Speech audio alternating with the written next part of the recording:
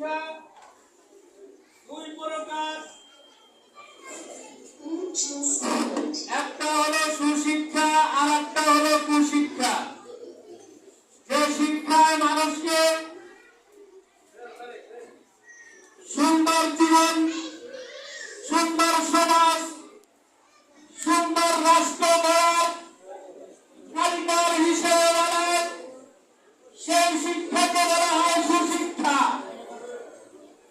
আর যে শিক্ষায় মানুষকে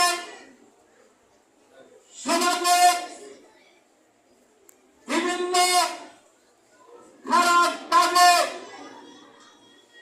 চলে যায়, শিক্ষা করার পরে খারাপ কাজের সাথে জড়িত থাকে, সেই শিক্ষাকে আসলে কুশিক্ষা বলে।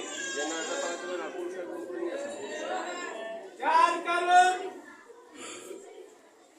বর্তমান সময় শোনা যায়,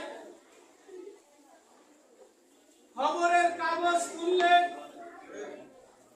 মোবাইল অন করলে দেখা যায় বিভিন্ন জায়গা ছাত্রদের দ্বারা শিক্ষক লাঞ্ছিত হয়েছে। ঠিক না বেঠিক? ঠিক।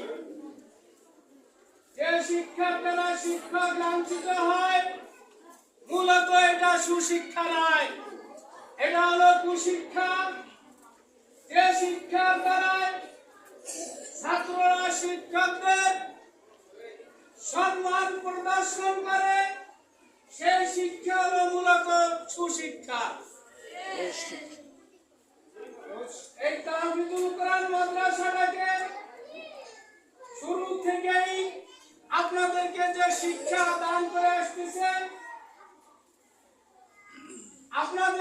আমাদের ছেলে মেয়েদেরকে যে শিক্ষা দান করতেছে, মূলত এটা সুশিক্ষার একটা পাঠ, যেটা শুধু আখিরাতমুখী নয়, জাগতিক শিক্ষার সাথে সাথে দুনিয়া এবং আখিরাত উভয় জাহানে যাতে মানুষ কামিয়াব হতে পারে, সেই শিক্ষা মূলত তাহফিজুল কোরআন মাদ্রাসায় শিক্ষা দেওয়া হয়।